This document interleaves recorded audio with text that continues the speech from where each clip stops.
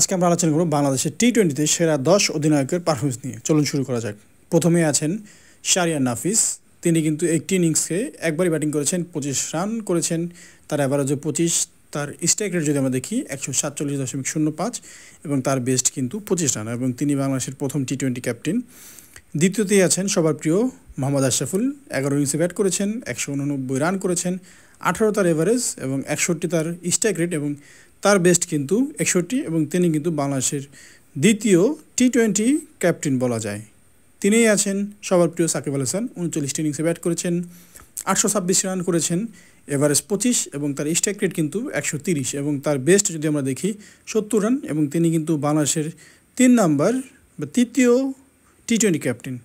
4-এ আছেন মুশফিকুর রহিম। তিনি কিন্তু 19 ইনিংসে ব্যাট করেছেন, 418 রান করেছেন, এভারেজ 24 এবং স্ট্রাইক রেট কিন্তু 126, এবং মুশফিকের বেস্ট কিন্তু টি-20তে 50, এবং তিনি কিন্তু বাংলাদেশের চতুর্থ ক্যাপ্টেন। 5মে আছেন মাশরাফি বিন মুর্তজা। তিনি কিন্তু 27 ইনিংসে ব্যাট করেছেন, 132 তার রান এবং 137 তার স্ট্রাইক রেট, এবং তার কিন্তু উইকেট আছে 20টি, এবং সে কিন্তু 12 রানে 2 উইকেট পেয়েছে, এবং তিনি কিন্তু পঞ্চম ক্যাপ্টেন। ষষ্ঠ ক্যাপ্টেন আছেন মাহমুদুল্লাহ রিয়াদ। তিনি কিন্তু 42 ইনিংসে ব্যাট করেছেন এবং 782 রান করেছেন, 23 তার এভারেজ এবং 112 স্ট্রাইক রেট, যা টি-20-র জন্য ভালো নয়, এবং 50 রান তার বেস্ট, এবং তিনি কিন্তু বাংলাদেশের ষষ্ঠ ক্যাপ্টেন বলা যায়।